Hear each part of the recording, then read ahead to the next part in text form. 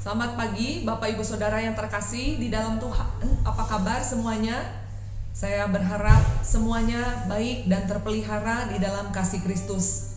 Mari kita berdoa terlebih dahulu. Bapa, kami percaya Tuhan, Engkau yang mengaruniakan hidup kepada kami pada hari ini. Kami bersyukur kalau kami ada semua adalah karena kemurahan Tuhan, kebaikan Tuhan yang berlimpah di dalam kehidupan kami. Bapa di dalam surga, sebentar kami akan sama-sama merenungkan firman Tuhan. Mohon pertolongan Allah Roh Kudus yang memberikan hikmat bijaksana, yang membawa kami masuk lebih dalam di dalam pengertian, pengenalan yang benar akan Tuhan, sehingga hidup kami semakin memperkenan hati Tuhan. Di dalam nama Yesus kami berdoa, amin. Saudara sekalian, renungan firman Tuhan pagi hari ini diambil dari surat Filipi pasal yang ketiga ayat ke-7 sampai ke-10. Tapi hari ini saya akan bacakan di dalam versi bahasa Indonesia sehari-hari. Demikian bunyi firman Tuhan. Tetapi karena Kristus, maka semuanya yang dahulu saya anggap sebagai sesuatu yang menguntungkan, sekarang menjadi sesuatu yang merugikan. Bukan saja hal-hal tersebut, tetapi malah segala sesuatu saya anggap sebagai hal-hal yang hanya merugikan saja. Yang saya miliki sekarang ini adalah lebih berharga, yaitu mengenal Kristus Yesus Tuhanku. Karena Kristus, maka saya sudah melepaskan segala-galanya. Saya anggap semuanya itu sebagai sampah saja, supaya saya bisa mendapat Kristus dan betul-betul bersatu dengan Dia. Hubungan yang baik dengan Allah tidak lagi saya usahakan sendiri dengan jalan taat kepada hukum agama. Sekarang saya mempunyai hubungan yang baik dengan Allah karena saya percaya kepada Kristus. Jadi hubungan yang baik itu datang dari Allah dan berdasarkan percaya kepada Yesus Kristus. Satu-satunya yang saya inginkan ialah supaya saya mengenal Kristus dan mengalami kuasa yang menghidupkan Dia dari kematian. Saya ingin turut menderita dengan Dia dan menjadi sama seperti Dia di dalam hal kematiannya. Saudara sekalian, sadarkah kita bahwa segala hal di dalam hidup ini adalah sebuah pertukaran?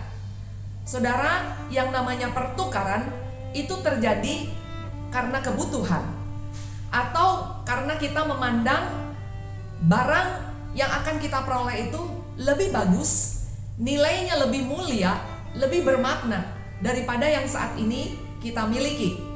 Demikian juga di dalam prinsip iman Kristen, saudara. Saudara sekalian, seperti di dalam hidup kita sehari-hari kita mengeluarkan tenaga, pikiran agar kita memperoleh penghasilan. Kemudian uang juga yang kita peroleh kita tukar dengan makanan, pakaian, dan barang-barang lain.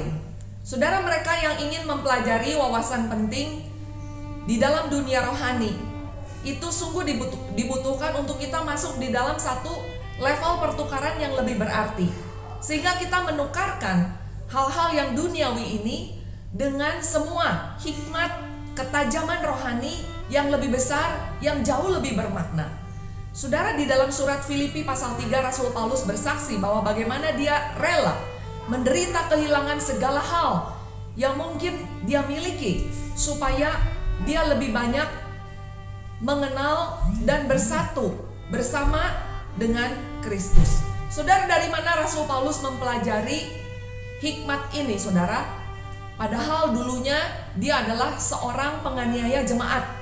Saudara, dia begitu menjumpai orang-orang percaya, dia akan mengeksekusinya, membawanya kepada hakim-hakim agama. Saudara sekalian, dia belajar dari seorang tokoh kekristenan pada waktu itu yang bernama Barnabas. Saudara, di dalam Kisah Rasul 4 ayat 36 dikatakan bahwa demikian pula Yusuf yang oleh rasul-rasul disebut Barnabas, artinya anak penghiburan, seorang Lewi dari Siprus. Ia menjual harta miliknya, ladangnya, lalu membawa uangnya itu dan meletakkannya di depan kaki rasul-rasul. Dan kemudian rasul-rasul membagikan uang hasil penjualan daripada ladang Barnabas ini dan membagi-bagikannya kepada semua orang percaya yang berkekurangan. Sehingga pada waktu itu Di dalam gereja mula-mula tidak ada orang yang berkekurangan. Mereka saling mengasihi satu dengan yang lain, mereka saling memperhatikan. Saudara sekalian, Barnabas rela menukarkan harta duniawinya untuk dia melakukan prinsip kasih di dalam Tuhan.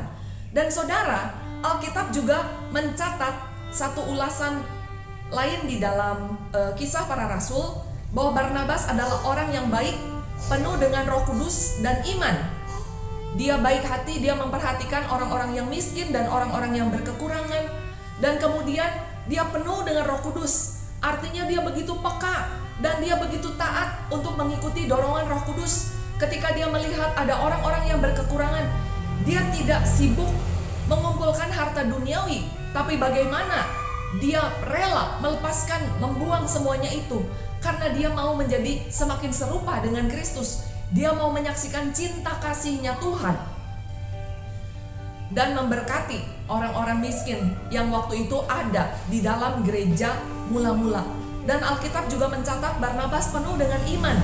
Saudara, bagaimana ketika dia melihat seorang Saulus yang punya reputasi masa lalu yang begitu buruk dan kelam, tapi ada hikmat Tuhan, ada ketajaman rohani di dalam diri Barnabas, sehingga ketika semua orang menolak Saulus, Barnabas justru sebaliknya menerima Saulus, memuridkan Saulus, membimbing, mendorongnya dengan penuh kasih, sehingga akhirnya Saulus bisa menjadi seorang Paulus yang dipakai Tuhan secara luar biasa.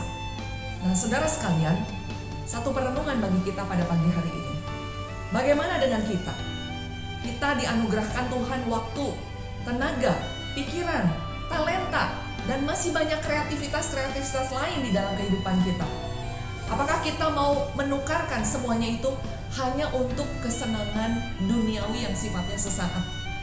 Atau kita mau mengejar hal-hal yang rohani, pemahaman yang lebih mendalam akan Tuhan? Kita mau menginvestasikan waktu untuk belajar firman Tuhan, PA secara mendalam.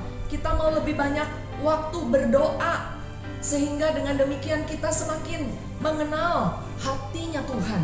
Bahkan kita juga rela mengorbankan tenaga dan waktu kita bagi pekerjaan Tuhan, sehingga semakin banyak gereja Tuhan semakin berkembang dan bertumbuh.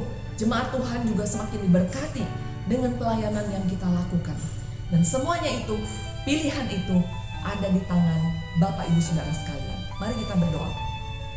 Bapa Surgawi, di dalam perenungan yang singkat ini, kami diingatkan kembali akan terjadinya sebuah pertukaran. Dan itu terjadi karena keputusan dan pilihan hidup kami. Tuhan, biarlah seperti Rasul Paulus yang mau menukarkan segala-galanya di dalam hidupnya untuk memperoleh Kristus. Demikian juga kami diberikan ketajaman rohani untuk melihat hal-hal yang lebih indah, lebih mulia di dalam hidup ini. Dan yang tertinggi yaitu Kristus Yesus Tuhan.